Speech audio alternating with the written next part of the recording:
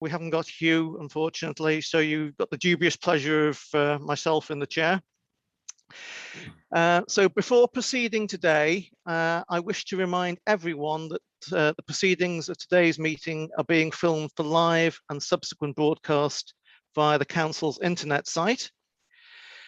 By participating in the meeting, we are consenting to being filmed and to those images being broadcast on the Council's internet site.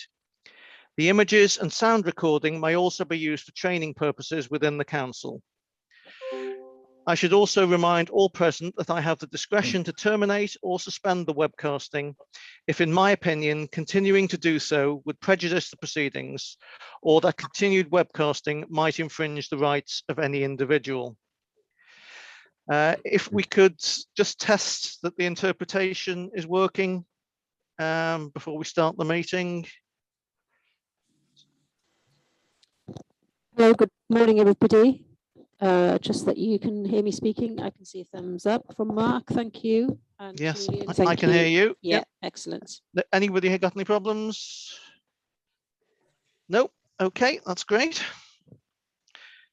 In that case, we'll formally start the meeting now then. So welcome to this meeting of Cabinet being held on the 19th of October. This meeting is being webcast with the exception of any business that the Cabinet resolves to exclude the press and public because of the likely disclosure of exempt information as defined by the Local Government Act 1972. So if I hand over to Gary now.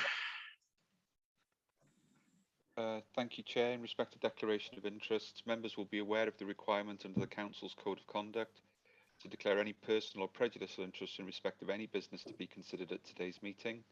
Such interest should be declared now or as soon as the councillor affected becomes aware that they have a personal or prejudicial interest in today's business. All members declaring an interest are required to state clearly what the interest is and to advise whether it's a personal interest or a personal and prejudicial interest as defined in the Code of Conduct. Any member declaring a prejudicial interest is required to leave the chamber for the duration of the business and can take no part in the proceedings.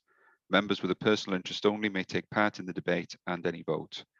If a personal or personal and prejudicial interest is declared today that has not previously been disclosed and recorded, the councillor concerned will be required to complete and sign a declaration of interest form, which is available electronically. Okay, thank you, Gary. Does anybody have any declarations that they wish to declare of interest that they wish to declare at this moment? Nope, can't see anything. As I say, formally for the meeting, we have I missed out apologies, which is item 1. So obviously we've got the leader. Okay, item 3, urgent matters. Notices of items which should be considered the meeting as a matter of urgency. I've had none notified to me. Gary, nothing? No urgent matters notified to me either. No. Okay, thank you very much. In that case, we'll go to item 4 on the agenda, which is the minutes of the last meeting held on the 21st of September. Take them for accuracy, first of all. So page 5, items 1 to 4.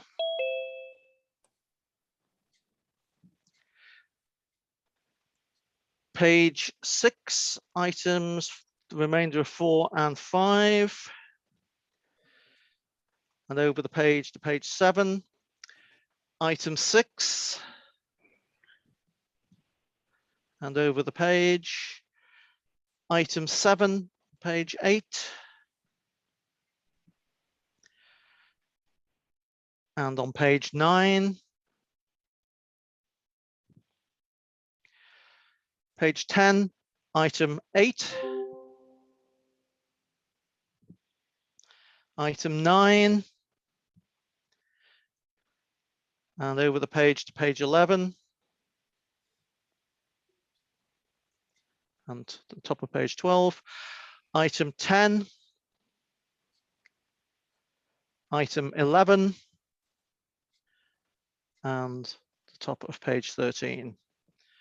Okay, can I have a proposer that's a true and accurate record, please? Mark, thank you. And a seconder? Tony? Okay. Are we all happy that they are a true and accurate record? Okay, nobody dissenting on that. Just quickly go through for any matters arising. So I'll assume there aren't any up on 1 to 3. Item 4, 5, 6, 7, 8, 9, 10, and 11. Okay, thank you very much. So we now move to item 5 on the agenda, which is graphic design and print framework dynamic purchasing system. Nice, interesting title there. So Hugh and Yep. Liz are here for this one. So Hugh, did you want to introduce this one, please? Yeah, but everybody, hope you're well. Hopefully, this should be quite straightforward. This is the report is about basically the graphic design framework that we have, and we're seeking approval really for the purchasing system. First of all, print. It's for stuff like banners, vehicles, signage, etc. And just really want Cabinet's approval to move this forward, please. Okay, thanks Hugh. Liz, is there anything you wish to elaborate on that one before we throw it open? Just to say, this is the second framework, and it's a framework that we're delivering alongside Flintshire. So it's that's why the amount is a significant amount. It's not all our spending, and we've been supported by the joint procurement team to be able to put this in place. The difference this time is that it's a dynamic procurement system, so it means that we're able to add new suppliers onto the framework at any time during the period, which means that in particular any local businesses can apply to join the framework as and when they're ready. So those are the key points I just wanted to raise today. Thanks. Okay, thank you very much. So there were 5 individual lots, aren't there, within covering different sectors of work, and that's contained within the report. Okay, any questions from members of Cabinet in relation to this, please? Could I ask one, Chair, please, or Julie? Yep, Brian. Yeah. How will we promote companies that are not on the framework at the moment? Will we be proactive in promoting the opportunity to engage with the framework? Thank you. Yes, we worked closely with the EBD team and with Flintshire's equivalent to engage more proactively with local suppliers, which went okay, but we would have liked to have seen more. So it's an ongoing piece of work that we want to do going forward, and having the dynamic system means that we're able to do that rather than doing it once every 5 or 6 years. We can do it on an ongoing basis. So yes, that's something we want to work on. Okay, Brian. Yeah, thank you. Yeah. Can't see any other hands from members of Cabinet. Any other members present wish to ask any questions in relation to this item, please? Nope, can't see anything. Okay, Hugh, so can I ask you to take it to the recommendation, please? Yeah, well, basically just approve the new dynamic purchasing system framework list of suppliers who have been evaluated. Okay, so you're obviously proposing that. Is there a seconder for that, please? Yes. Second. Oh, I think Bobby just got in first there. Okay, is there anybody against that? Nope, not seeing anything. So we consider that one is carried. So thank you very much. Thanks very much. Thanks, Liz. Bye. Okay, so we'll move on now. Just get it up on screen. Item 6 on the agenda is the proposed approach to tendering for phase 2 of the new Denbighshire waste transfer station at COLOMENDY Industrial Estate. We've got, I did see him earlier, Tony Ward here somewhere. And Brian, did you want to introduce this one, please? Yeah, thanks, Julian. We should have had Tara Dumas with us this morning. Unfortunately, she's unwell, so she's put her apologies in. But in principle, this is a straightforward report, as it's detailed in the title, and actually it mirrors the phase 1 aspect of the project, where we brought the tender process to Cabinet, looking for agreement to proceed to the tender element of the process. And as per phase 1, we would come back, if it's approved today, phase 2, we will come back to Cabinet with the report on the evaluation of the tenders. I suppose it's worth mentioning in dispatches, this is more directed at the consortium that will be on the site, where our new waste model project and development has already started. And the benefits, if the phase 2 contract is awarded, will be beneficial to the consortium of companies that are on site at COLOMENDY at the moment. And as we've said a number of times in the past, this project now is developing beyond a new waste model facility. It's the benefits to the businesses that are on the site there, hence known as the consortium. Thank you. Okay, very much working in partnership, as you say. Welcome to Peter Clayton as well. Tony or Peter, is there anything you want to add to Brian's introduction before we go to questions?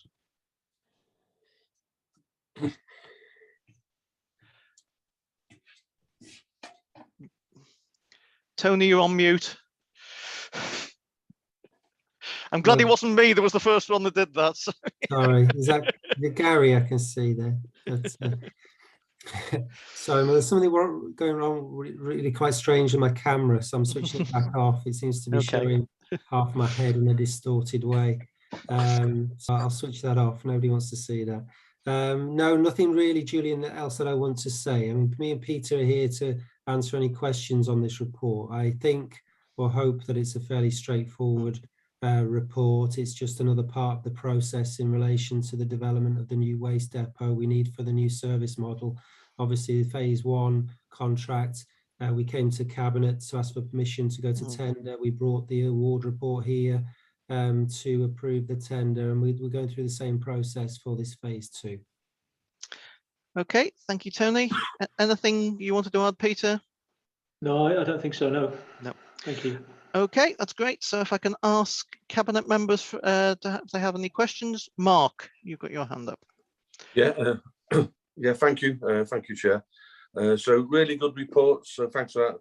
Very good to read and easy to read, but there's just a couple of points on there. Again, you've been honest that on the key risks, 10.1, there's quite a few highs. So you've put the highs in there. So do you think any of them are likely to happen, and what work you're doing to try and manage that? Because we have put high on the report. And Denbigh member area group's been well informed on this. I was just wondering whether Tony and Peter in the future can invite a site visit when safe and when possible in the future. I think that'd be really beneficial for the local members. Thank you. Talking about. Okay, thank you, Mark. Who wants to pick up those to respond? Yeah, I'll do it, Tony, if that's okay. Okay, yeah, Peter.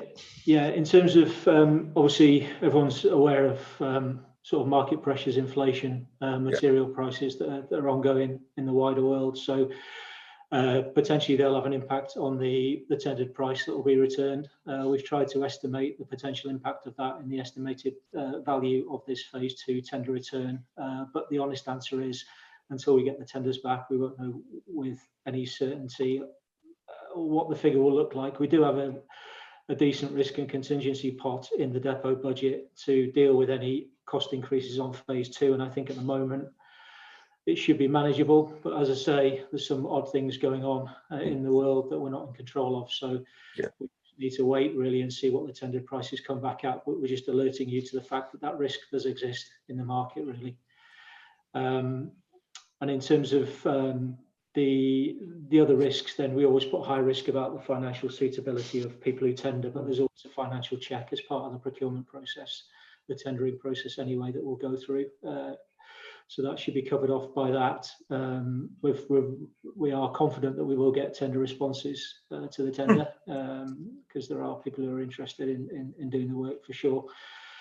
So yeah, just sort of trying to be honest about, you know, some of the uncertainties that are around at the moment, really. Yeah. In terms of the Denbigh Mag, then yes, certainly we can certainly set a meeting up for you to come to site and have a look around at some point, probably next year. Phase 1 is underway at the moment, as you're aware, and at the moment it's a bit of a quagmire, really. So I wouldn't recommend a walk around at this point in time. But when we get into contract 2, maybe spring, summer next year, that would be probably the ideal time to potentially come and have a look. Okay, thank you. Yeah. Okay, Brian. Yeah, just as a little bit of extra comfort for members on this point, and apologies, Peter, I didn't see you on the participant list, so apologies, I didn't mention you in my opening spiel. Okay. Me, but members are probably aware, but they might have forgotten. We have regular board meetings to do with this project, and I think it's, and Peter will know the number, I think it's up to waste board meeting number, is it 64 now, something like that? Staggering amount of meetings we've had. So, but obviously the projects that has warranted it as we've gone down the track.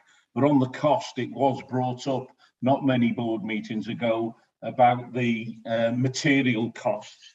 And without going into great detail, I did ask the question of Peter, if an element of the material cost of the project jumped 50%, because that's the sort of figures we're talking about in material costs of wood, steel, etc.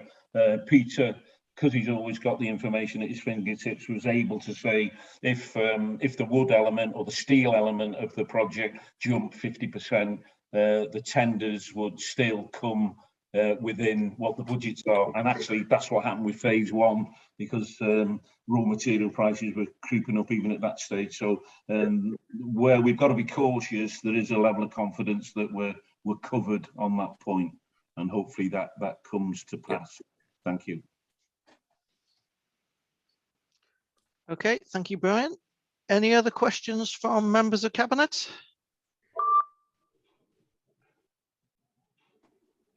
Nope. Okay, any non-members of Cabinet wish to raise any issues on this paper, please? Julian, if I can just make a comment. Oh, yes, Peter. Yeah, I've got Emery's hand up, but I'll bring Peter in first. So yeah. apologies. You're familiar with how you're supposed to raise your hand. Yeah, I just want to make the point that in terms of the timescales for issuing the invitation to tender for phase 2, we're going to issue it as soon as possible. There are some dates in a table in the report that you've seen, but being honest with you, then there's a lot of work going on at the moment dealing with phase 1, the contract on site at the moment, and there's a lot of information to pull together for the ITT for phase 2. So we will issue it as soon as we can, but it may not be exactly in line with the dates in the table. That's just a heads up, really. We've worked through the implications of any slippage, and it should be okay, but I'm just saying that it might go out later than is indicated in the report, just for the record. So the dates are indicative, essentially, but the dates are target dates. Yeah. Okay, thanks very much. Okay. Emrys, you did have your hand up first, but I'll bring in Bobby first as a member of Cabinet. I noticed Bobby's hand. Yeah, she's so I'll just bring Bobby in first, if that's okay. Yep. Apologies, Emrys. No problem. I wasn't quick enough. You carry on, Bobby. I'm okay. Just clarifying, as you know, when you read the nitty gritty, it is quite complicated in terms of what you do when and where you put what. I'm just double checking that you've got the communication with our 94,000 residents absolutely off pat and easy for them to understand and pin on their notice boards. So as for the first few months initially, they will be able to follow what they have to do when it is eventually introduced. Just hoping that goes along, that communication plan goes along with the introduction. I know it's some time before the introduction, but I'm just flagging it up as something essential. Yeah, if I jump in quick, Yeah, Bobby, go on, Brian. Yeah. rest assured there is an absolute detailed comms plan around this, which was in its infancy before COVID and would have developed, but it's developed on, and it's absolute belt and braces. I've seen it. It's more than a draft. There will be no issues on that front. Okay, that's fairly Excellent, clear. thank you. Yep. I hope it doesn't come back to bite you. Can I just add something, Chair? Is that Yep, okay? Tony. Sorry, I don't seem to have the ability to raise my hand electronically, as well as my camera not working. So, yes, so apologies for that. Yeah, but what Brian said is correct, and obviously, the this report isn't about the new service change. Generally, it's about very specifically about the contract going to tender for phase 2. But just to mention that we are due to go to scrutiny with a general update on the new waste model. Peter will remind me, but I think is it the 9th of December? Yeah. December, yeah. Yeah, so we will be going to talk more generally about the service change at scrutiny again in December. Yeah. So please come along, everybody, please come along to that scrutiny meeting. Okay, thank you, Tony, Brian. Okay, Emrys, sorry to keep you waiting. Thank you very much. Can you all hear me? I can. Yep. Thank you. Because the link is very unstable. I've had to leave and come back in once already. Right. So I accept that maybe this is what Bobby asked or what Bobby suggested in terms of communication. That it's not directly relevant to what this document in front of us here today, but it's certainly relevant indirectly. So, and I concur with everything that she said. And my question, in fact, is, or my request is connected with this. I noticed Councillor Mark Young said that it would be good for Max and Denbigh Max to have an opportunity to visit the site. I I agree completely, but it's of interest to all members, I would say. And although we've had this promise that we would have the opportunity to go to D sites to see that site at some point, it hasn't happened. I don't expect it will happen this time, but it would be nice if there was an invitation for all the mags to go in turn to see how things are working. Maybe now isn't the time to go, in the middle of all this middle rain, but I accept that. But if there's an opportunity in the future, I think it'd be of use to all members. Thank you. Is there any way we can improve the translation? It is very difficult to understand. It's loud and it's blurry. Would you like me to go through it in English? I understood the translation. It was a bit distorted, but I understood it fine. So yeah, I just wondered if now we know that it is distorted, could something be done about it? Okay, I'm sure. Can I suggest, Bob? Yeah, if I can come back, I'm having terrible problems with links now. Everybody's breaking up. I'm having to try to fill the blanks in the sentences for most of the speakers. I think I've got it right mostly, but in a nutshell, Bobby, I'm asking: can other members also be invited onto a site visit sometime in the future, preferably when the place is in action? Yeah. Okay, I'm sure officers will take that request on board. Noted, Julian. Yeah. Yep. Okay. Right. I'm not seeing anybody else indicating they wish to speak on this item. So in that case, if I can go back to Brian for the recommendations, please. Yeah. Yes, Julian. So 3.1 reads that Cabinet grant approval to undertake the proposed tendering exercise, and there's a note added to that a further report will be brought back to Cabinet for the approval of the subsequent contract award following the tendering exercise, which will also confirm contract management arrangements, tendered costs, and the contract details. And 3.2, that the Cabinet confirms it has read, understood, and taken account of the wellbeing impact assessment at Appendix 1 as part of its consideration. Thank you. Okay, so Brian's moved that, and Mark, I think, is indicating that he's seconding that. Yeah. Okay, is there anybody not in agreement with those recommendations?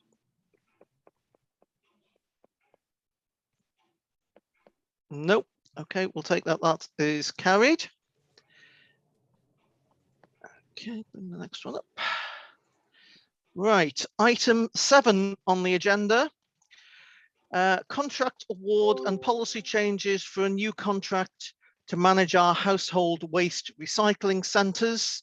I'll ask Gary to just confirm this. I know part of this report has been sent out because of it's a joint contract and it hasn't been agreed by all parties yet. Is in part 2. So I would ask that if any members wish to discuss the confidential appendix, if we leave that to the end, if we answer any other questions first, rather than going in and out of part 2. Is that right, Gary? Yes, the reason Yep. Appendix 1 is in part 2 is that it's commercially confidential, and also as this needs to be approved by both councils, it's not yet been to Conway's cabinet, so it's confidential. It's there for members' information, so they have all of the information available to them before they make a decision. But if anybody did want to ask a detailed question on any of the contents of Appendix 1, we would need to go into part 2. Okay. Thanks very much. So again, it is Brian and Tony, and Tara's apologies again, I'm assuming. Yeah. So Brian, over to you. Yeah, I'll kick off then. Yeah, so to state the obvious, obviously this is a collaboration proposal with Conway on the household waste recycling centre provision. Obviously a lot of work's gone into this with officers on both sides of the border, and the headlines about the project, when you do digest it and go through it all, more than overall, it will be a benefit to the residents of Denbighshire and the residents of Conway. They'll have the benefit of the cross-border use of the recycling centres. It will be a cheaper option in many aspects of what will be provided as a service, as opposed to costs in the private sector if you're going to be hiring skips. And the booking system, which hasn't been everyone's cup of tea, but a massive majority of residents like the booking system now. They've got into the swing of the booking system, and overall it works very, very well. And I've got hands-on experience here in Rhyl at the Marsh Road Recycling Centre, where they wouldn't change back from that now. It really is the best way to work. Some of the other headlines in the report, there will obviously be a cost saving to Denbighshire. That will be governed by the amount of tonnage that goes through the centres, but there will be a cost saving without doubt. Residents will be able to visit 3 times a month. That's another point I think we need to clear up from the cabinet brief. And of course, this has already gone to scrutiny. It's been through scrutiny, and it came through with a virtual clean bill of health. And so if it is approved today, I believe it will be a benefit to the residents of Denbighshire and Conway, as I've already said. So that's my opening spiel on that, and probably Tony would want to add a couple of points as well. Thank you. Okay, thank you, Brian. Tony, please. Thanks, Brian. Thank you, Chair. Yes, obviously a bit more of an in-depth report, this one, and there are kind of 2 main aspects to it, I think, which we need to make sure we're clear about. One is about the proposal to award this contract across the 2 local authority areas to manage our recycling centres. But the other aspect is the adoption of a new set of policies governing the use of our recycling centres. And the 2 things, although I could say they're slightly separate, they are linked very heavily, because the tender process has been based on that assumption that these are the policies that will be adopted for, within the recycling centres. So the tenders that were received were based on that, based on the assumption of income being generated through these policies. So it kind of, you know, they both go together. You kind of, you know, we can't approve one without the other, is what I'm kind of saying here. As Brian says, though, we have discussed this issue at scrutiny last year. We also had a discussion, an informal session of cabinet where we discussed this, and you know, this is the proposal we're taking forward. There has actually been a very slight tweak since the discussion we had recently. There was a concern raised around the limit to visiting a recycling centre of 3 times in a month. We have discussed that with Conway, and there's been a slight tweak, which is on page 89 of the pack, which actually we're saying now that a household can visit up to 6 times in every 2 calendar month period.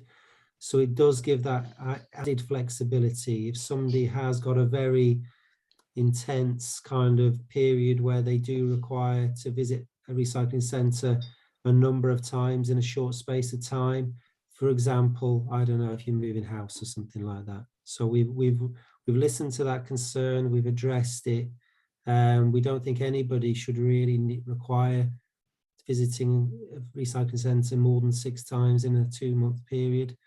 But you know, we have to. We've set a limit, but we've been more flexible in relation to that. So there's a lot of detail in here, and I'm here to try and answer those questions. Obviously, Tara would have been here as well, and Tara was the one who was actually directly involved in the evaluation of the tenders. So I will do my best to answer all your questions. The main points that I think Brian was making, and I would reiterate, was that the booking system's working really well, both from our point of view and for residents. We get a lot of positive feedback from it. People seem to like the fact that they can be guaranteed when they go to a recycling centre, they will be able to get in and they won't have to queue up for an hour, which has happened, you know, in the past when I visited recycling centres without an appointment. It's a very busy day and there's a queue down the road. So this avoids that situation. The charging element, which is obviously going to attract some attention, what we are doing here is effectively providing an additional option for residents, which doesn't exist at the moment. The types of waste that we're talking about charging here, which is classed as non-household waste, we have no obligation to take this material in our recycling centres. And at the moment, we restrict it to very, very small amounts because we don't have to accept it and it costs the council money to dispose of it. What people will be able to do now is effectively bring as much as they like, you know, and as long as they pay a reasonable charge for it. It's an alternative to them having to hire a skip, which they would otherwise have to do currently. So it gives people a different option at a reasonable cost. So we think it's a positive thing rather than a negative thing, although I can understand why it would be seen as a negative and maybe picked up as being so. So I'll probably stop there, Chair, if that's okay, and obviously go through any questions that we will have from members. Thank you. Okay, thank you, Tony. So any questions from members of Cabinet in relation to this? I mean, one point I just wanted to make is probably a little bit further down the line in terms of how we communicate this to residents, because obviously, as you say, it is an extension of what they currently have in terms of the facility, but obviously there is an additional charge for doing that, which is perfectly fair. But I think we just need to make sure that we've got all the communications messages down pat. Yeah, totally agree with that, Julian, and that's something that we'll make sure there's sufficient communications working with Lizzie's team. Yeah. To make sure this is all very clear. This, you know, we've got some time between now and when the contracts will begin. So that's all in hand. Yeah. Okay. Thanks very much, Tony. Mark. Okay. Okay, thank you, Chair. Again, good report, and it's good you've listened with the extra drop-offs being allowed, 6 per 2 calendar months is good. So, you know, good for listening. The only bit I just want clarifying is the booking system. We're saying how good it is, and I'm guessing, will the new company running it be setting up a new one? Just to clarify, who's going to set that up? Who's going to own it? And is it a joint one? Just to clarify that one, please, Chair, because I couldn't quite get to the detail of that in the report. So just clarification on that in case anyone asks, so we understand who set it up, who owns it, and is it joint? That's a fair comment. Yeah. Okay, Tony, did you want to pick that one up? Yeah, no problem. The proposed booking system is one that's being developed by Conway, and that we're proposing to use across both councils. We both have a separate system at the moment that we both initially set up really in response to COVID, and so we think there is definite benefit in us using the same system, because we're talking about being able to book, you know, a site in either county. So yeah, Conway will lead on that, and we're proposing to use their system. Okay, Mark. Yeah, and just one other on that then. So that's okay. And no, I think I'll leave it there for now, Chair. I might come back in. Thanks, Mark. Bobby. Yes, I want to agree once again, similarly to the last point on the communication, how essential it is. Can I say that anything at all that we can do as individuals or as a council to help in terms of carbon reduction and improving the situation that we have globally at the moment with our planet is to be commended, and if at all possible, we need to work with it and get behind it, because, you know, time is running out on that score. But we must bring people with us, and the communication side, once again, as Julian said, it's further down the line, but how important it is. And I'm glad to hear Tony say he has introduced the possibility of a bit of flexibility, particularly in terms of house clearance when people are moving, or house clearance when somebody dies. The last thing they want to be worrying about is whether or not they're allowed to take whatever it is here, there and anywhere when they're clearing an entire house. So I'm pleased to hear you're introducing flexibility on that, but we must bring the public with us on this. I cannot emphasize that enough. So the more we do around the communication, the better. Okay, thank you, Bobby. Agreed, Bobby. Yes, and I'm not seeing any other cabinet members with their hands raised. Oh, Mark wants to come back in. Yeah, no, just a quick one. Obviously, there's loads of detail in this report, and I'm just wondering about the upgrading of whoever's going to be running this, management and staff. There's quite a skill going to be needed here. So how much period have we got to get everyone up to speed? Because it is going to be a big piece of work to understand and explain this to people. So when's the start date, and how are you going to test that it's ready to go? Thank you, and that's it then. Well, the start date's April next year, the start date. It's a pity Tara's not with us this morning. She'd have the background for that, but Tony can probably chip in, I would have thought. Yeah, we've got no concerns at all about the ability of the provider to be up to speed to begin the contract on the 1st of April successfully. That's all been part of the tender evaluation exercise. Okay, that's fairly clear. Okay, so I'm just looking around, can't see any cabinet hands raised. So, Emrys. Yeah, thank you very much, Chair.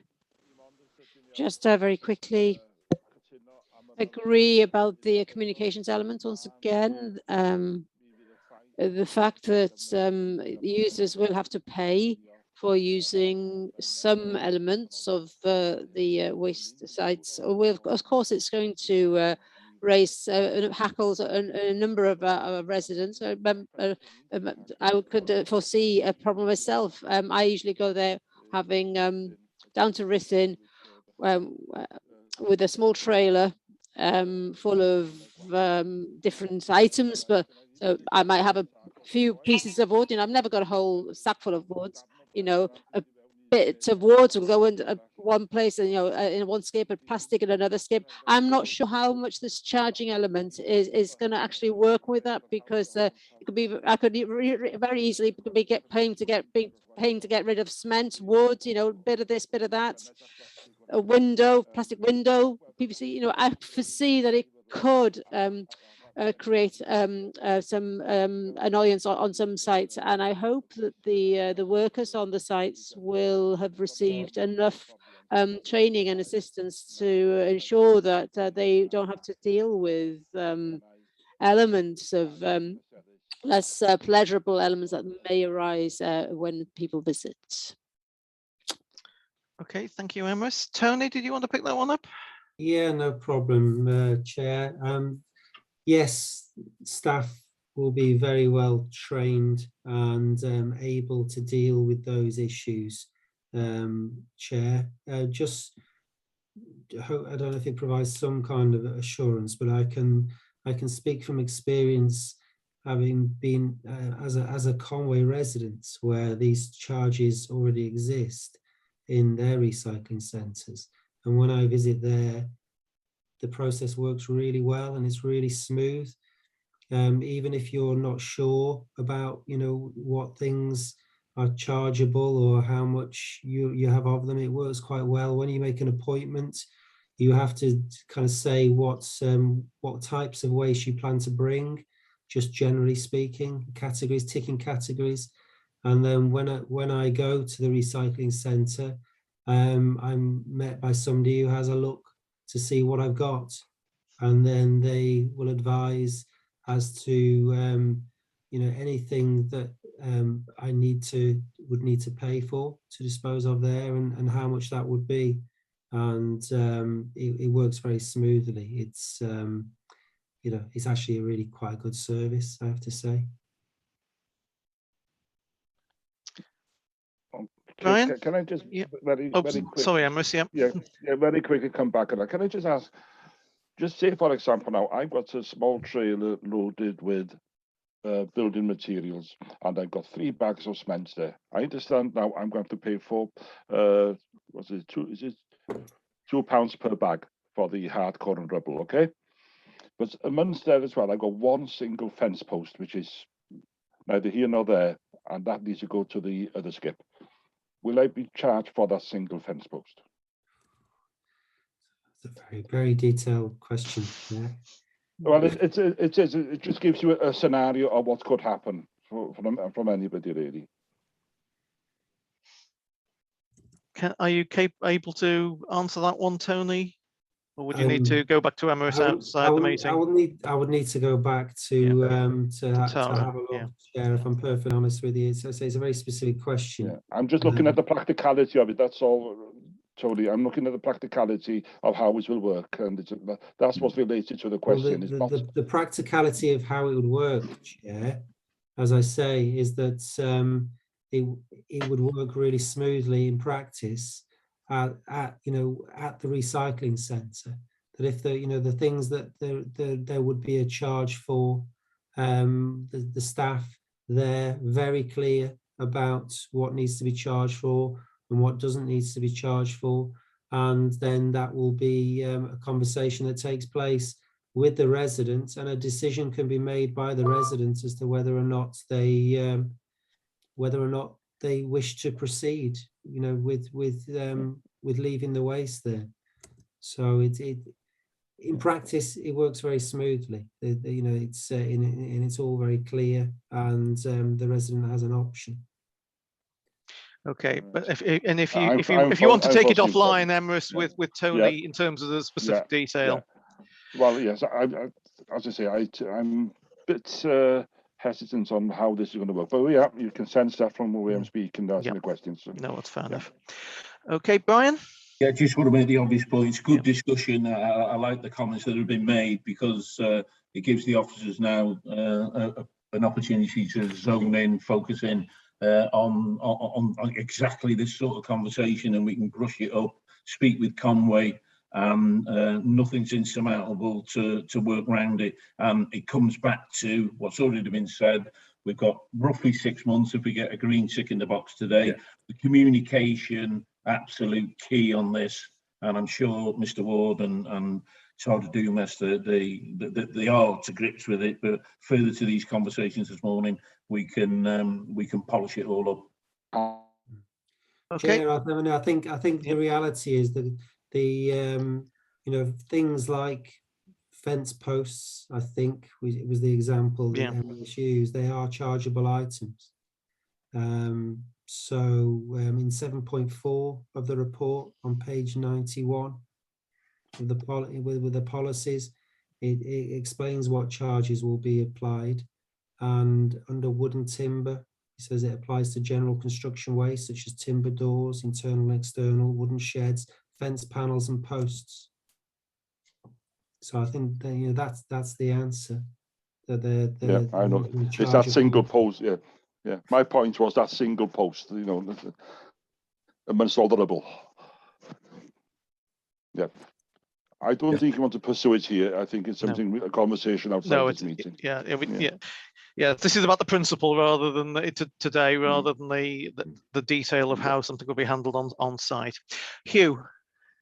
Yeah, thanks. Just to come on, I mean, Brian covered it really, but Emrys makes a really valid point, because sometimes you be sitting here thinking, well, what can I actually take to the recycling centre without being charged?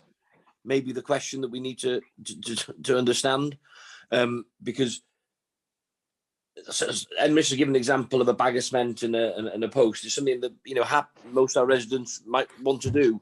So I think we just got to be really clear on the comms, what is and what isn't acceptable straight away, because I don't want the situation where we're going to have people on the ground, these centres having to deal with these queries, and it's not crystal clear what the situation is. So it's just a warning on as I think Bobby did it as well on the comms, and they were totally clear in what we were allowed and what we're not allowed to do. What I know it sounds daft, but what's the definition of rubble? Chair, if I could try and help. Yes, Tony. On page, so I'm just trying to find the page 90 of the pack. At the bottom of that page, there's 7.1. It does provide hopefully an explanation of what's chargeable and what isn't. And it explains that the council only has a legal obligation to provide recycling centre facilities for household waste, which is waste arising from the day-to-day running of a household. However, items from the repair or improvement of houses, such as DIY type waste, is classed as construction waste, and there is no requirement for the council to provide any service for the disposal of this material or to accept it free of charge. So that's the kind of essence of the definition of the difference between household waste and non-household waste. And general household waste free of charge. The council, has that obligation to accept that. Is this non-household waste, and what's defined as non-household waste? And obviously there are a lot of more descriptions of what that means later on in 7.4, and there's a list of things there that would be considered to be non-household waste. Everything else free. So Tony, if I may, Julian. So Tony, if I take a wall down in my house today, and I was to take a bag of rubble to the recycling centre, would they charge me now? Not now, because although we're not obliged to accept that bag of rubble, Hugh, we do currently allow small amounts to be taken. So a bag, you would be allowed to take a bag, because and under the new policy, we wouldn't accept it.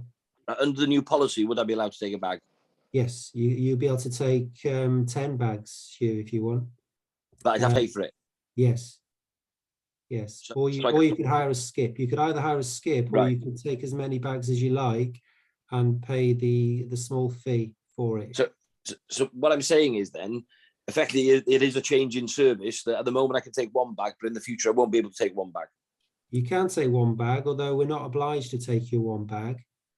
So our policy is that we don't accept any rubble at the moment. So, you know, from a strictly speaking, you can't take a bag now, but you will be able to take 10 bags under the new policy. So it Right. gives you an extra option than you Okay. that you don't have currently. Right, but I'm sorry, I'm not being a pain, Tony. Just I'm really concerned about the comms and how it works on the ground. Is currently you're not allowed.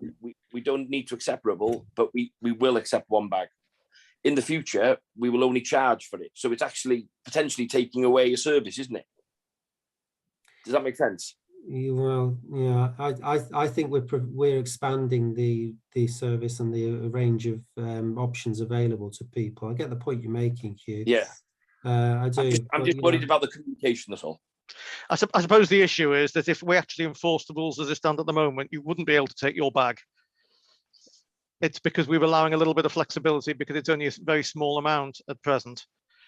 It's not really part of the policy, as I understand it. That's true. And by trying to accommodate people, we're actually maybe making a rod for our own backs. Perhaps it's better if we just enforce the rule as it should be. That's the problem when you make exceptions to rules. I saw somebody else's hand up. But Julian, I think Bobby makes a really good point in the chat here, where she said, you know, it needs to be simplified because residents aren't going to wade through loads of papers to find out what they're going to be charged for, what not charged for. But as I understand it, they wouldn't have to. I'm stand to be corrected. My understanding would be if I wanted to go and make a booking because I'd done some work in the house and I wanted to get rid of it, I would ring up or go online, and they would then ask me what I wanted to bring, and they would tell me what would be chargeable and what wouldn't be chargeable. So I wouldn't have to go through the document myself. I would only have to tell them what I'm bringing. That's correct, Julian. So if you book online, it would tell you you're going to be charged.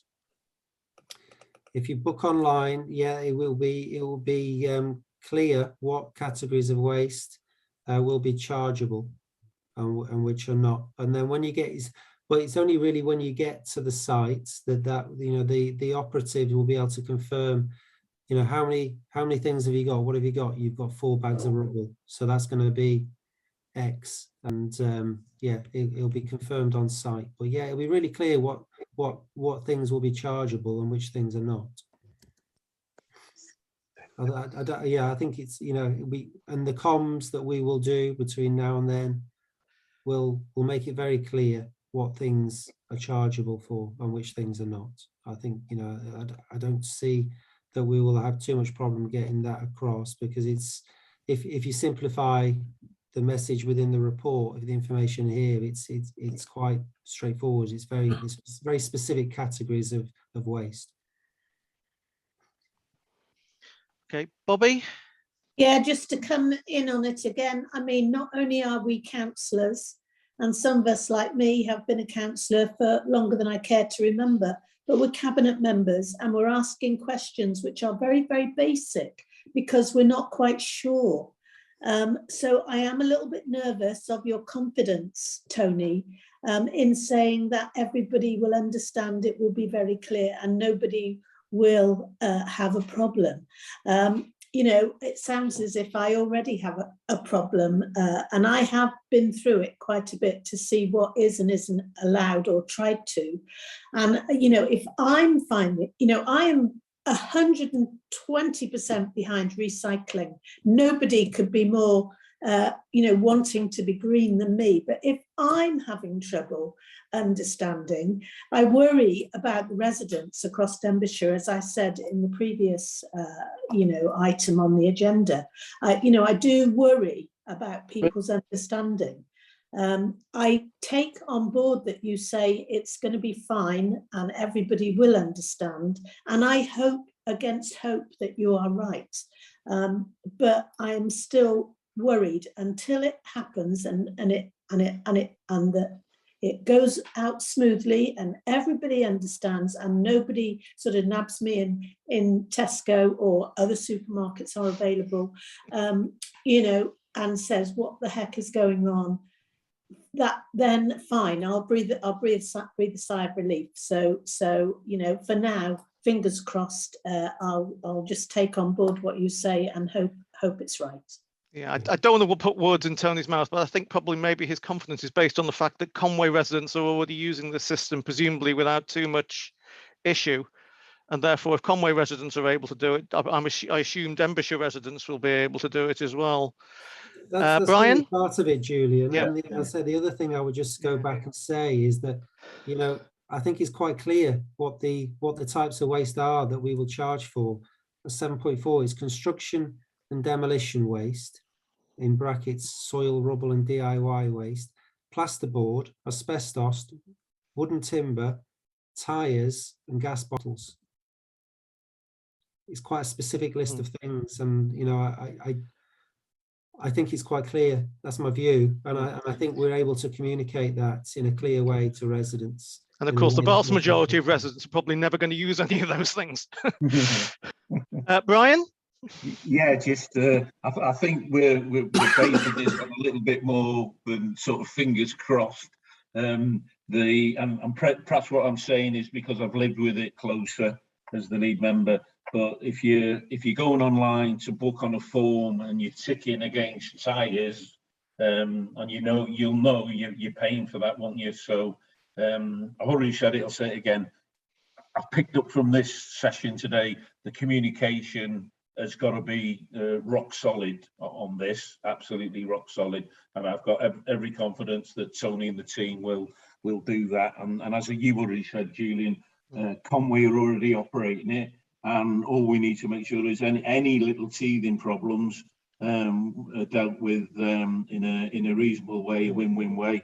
In theory, it can't, but not run fine.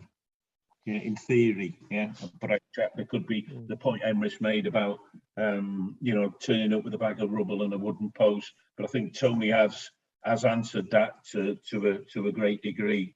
That it is covered. If you go online or if you ring up, you can book and you will understand when you're going through that process. Okay, thank you, Brian. I'm not sure who was the first. I'll go to Emrys.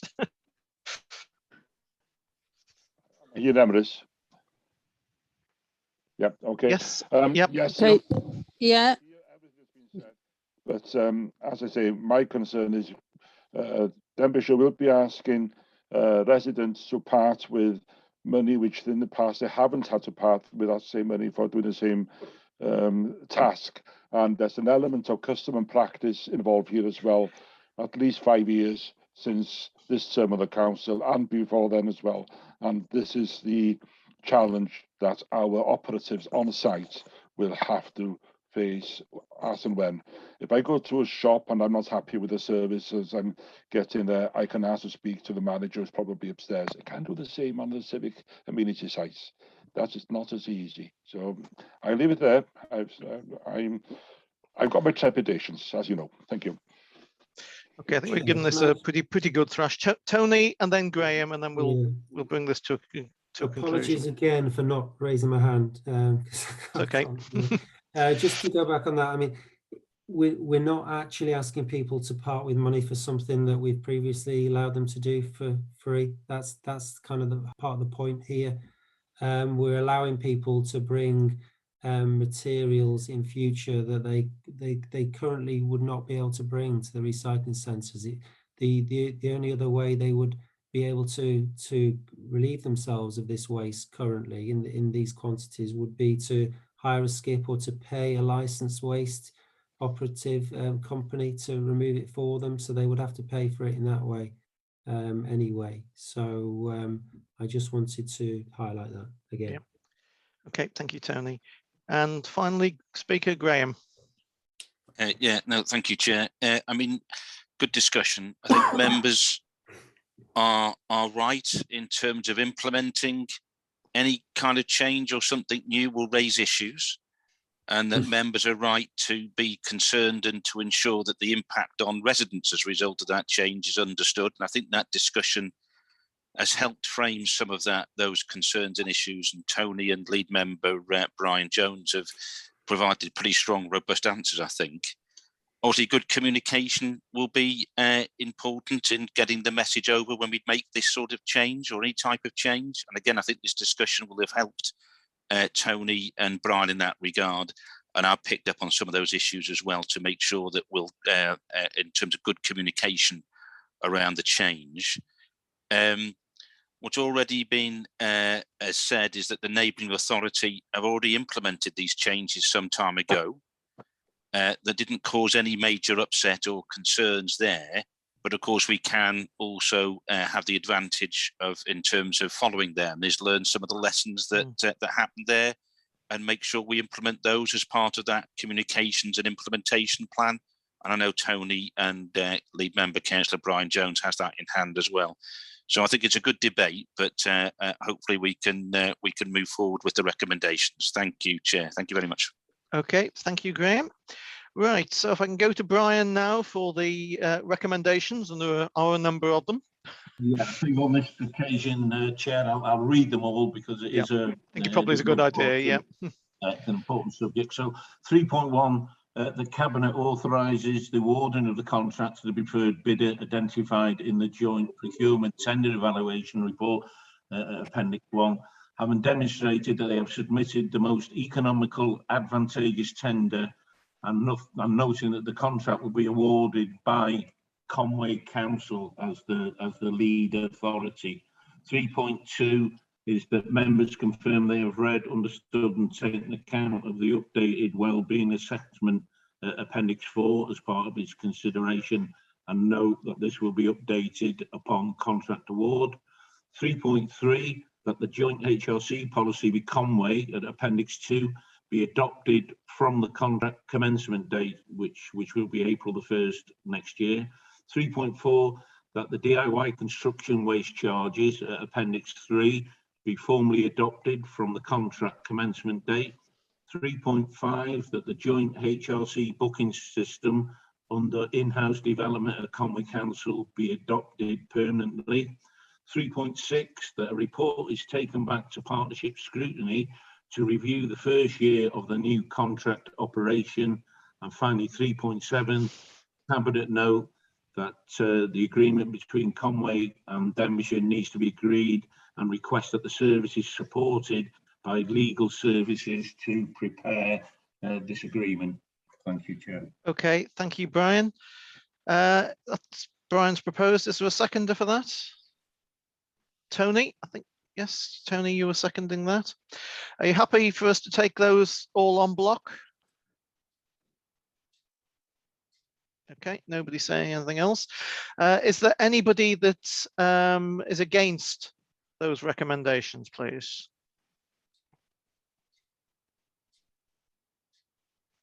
Okay, not seeing anything on that, so we'll take that as carried. Okay, so we now come to item 8, which is me, the finance report.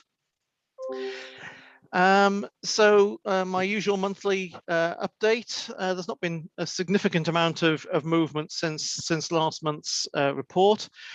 The projected overspend figure for the year is now standing at around about £656,000, which is down slightly from the £835,000 which was reported to the last meeting.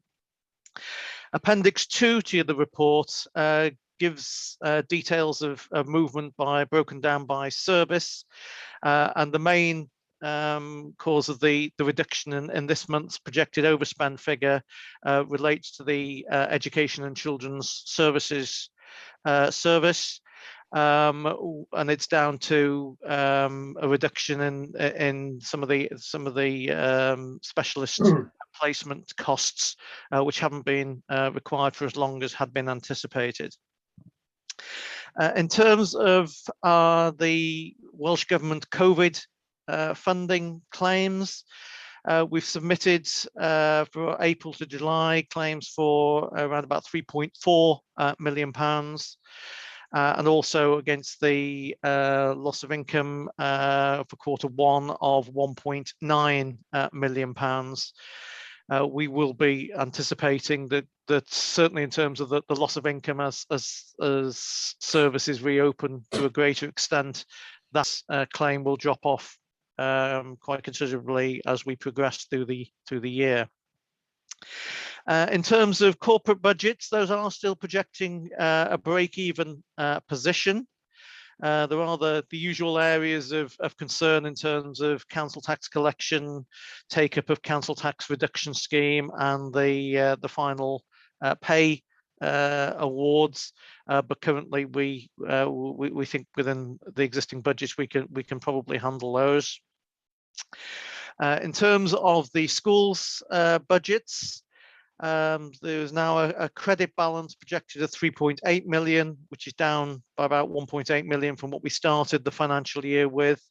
That's as anticipated, because as we've reported previously, much of that additional build-up was due to late receipts of grant from Welsh Government and at the back end of the last financial year, which it was always intended would be spent during the course of this year.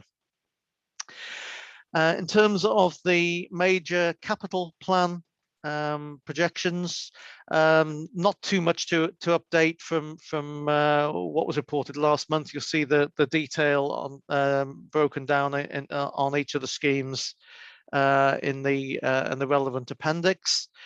And the other point to mention is in section 6.7 of your report. There's a recommendation from the Strategic Investment Group in terms of the taking up of the schools maintenance grant, which is essentially for additional maintenance works that would not otherwise have been able to have taken place. It's the programme of works that's been built up together with education colleagues and the property team. The business case for that is contained within your report as Appendix 5, with a detailed list of the prospective jobs that will be carried out in Appendix 6 and the impact assessment in Appendix 7. So I think that's probably all I needed to say at this point. Steve, is there anything you wanted to add? Only one thing, Julian, just to stress the SIG recommendation and that grant. It's been going on now for about 3 or 4 years, where Welsh Government give us, they began by giving us an allocation right at the end of whatever year it was, I can't remember, 3 or 4 years ago now, and it meant that we had to allocate the actual grant to spend in year, so the spend that we were spending on schools anyway for property. But what it did mean is that we could carry our underspend forward, and that's what this is again. And it's just going, so formally it has to come through this. It would be nice if that was actually just formalized and put on a permanent basis, and then it could just be done as part of the capital capital budget every year that you approve. But unfortunately we have to do it in this convoluted way. So just to explain why that has come to you, and that the projects themselves, the list of projects, that it's completely in consultation with obviously modernising education, and they consult with schools, so it's really their priorities along with property. So just a word on that really. Thanks, Julian. Okay, thanks, Steve. Any questions from cabinet members first of all?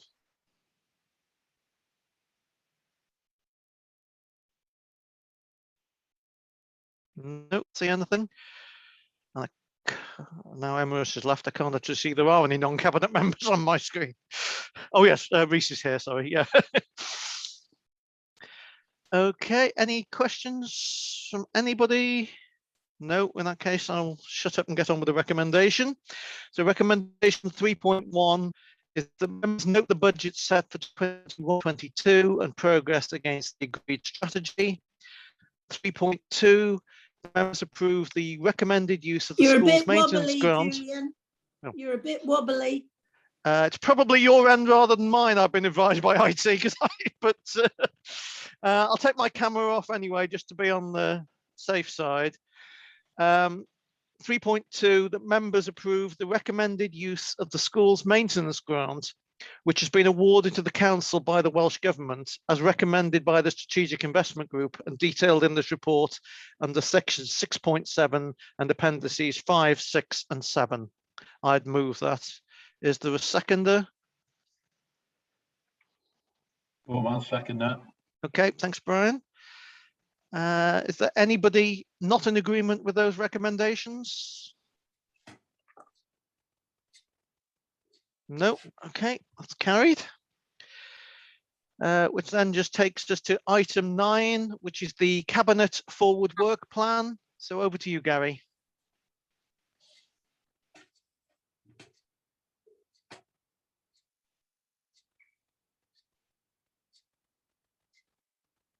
Sorry, Julian, I was just checking that I was unmuted. Yeah, there are a couple of changes to the plan that I've been notified of. So in terms of the November forward work plan, the contract award redevelopment of the former library in Prestatyn has moved from November to December. There's a new item to be added in January, which is contract award approval for new waste fleet to support the new waste service model. And there's a new item for February, which is the contract award approval for the phase 2 construction works that was on the agenda earlier today. Okay, thank you, Gary. There's also will be a new item on the January meeting, which will be the budget proposals.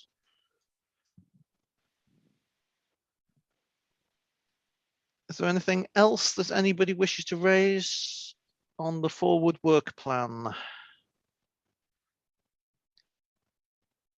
No. Okay, that's fine. In that case, that brings us to the end of the agenda, according to my papers. So thank you, everybody, for your contributions, and I'll see you. Have a good rest of the day, if I'm not seeing some of you later anyway. And have a good day. Thank you. Thank you. Bye.